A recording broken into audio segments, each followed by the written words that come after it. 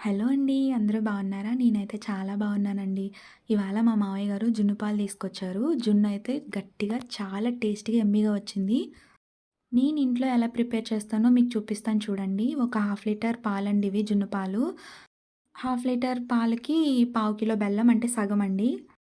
మంచిగా తురుముకోవాలి. తురుముకొని ఇడ్లీ పాత్రలో కొన్ని వాటర్ తీసుకోవాలండి. అండ్ దాన్ని పక్కన పెట్టేసి పాత్రలో సరిపడా గిన్నె తీసుకొని, ఈ పాలు అందులోకి ట్రాన్స్‌ఫర్ చేసుకొని, మనం బెల్లం యాడ్ చేసుకోవాలి. ఈ తురుముకుంటే బెల్లం ఏంటంటే త్వరగా మనకి కలిసిపోతుందనమాట పాలల్లో. అండ్ నెక్స్ట్ ఇది బాగా మిక్స్ అయ్యి పాలన్నీ మంచిగా బెల్లమంతా కరిగిపోయాక యాలకులు, మిరియాల పొడి ఉన్నాయి కదండీ! అవి కూడా యాడ్ చేసుకోవాలి. యాడ్ చేసుకొని ఒకసారి మనం మళ్ళీ మిక్స్ చేసుకోవాలి మంచిగా పాలలో కలిసేంత వరకు. చాలామంది పాలు యాడ్ చేస్తారండి. ఎందుకో నాకలా నచ్చదు. ఇట్లా అయితే గట్టిగా వస్తుందనమాట. సో, మనం పాత్రలో ఈ గిన్నె పెట్టుకొని ప్లేట్ కూడా బోర్లించాలండి. నేను మర్చిపోయాను. వీడియో క్లిప్ మిస్ అయింది అక్కడ. సో, ప్లేట్ పెట్టుకొని పైన పాత్ర మూత పెట్టుకొని మీడియం ఫ్లేమ్‌లో ఒక 15-20 మినిట్స్ అలా వదిలేయాలండి.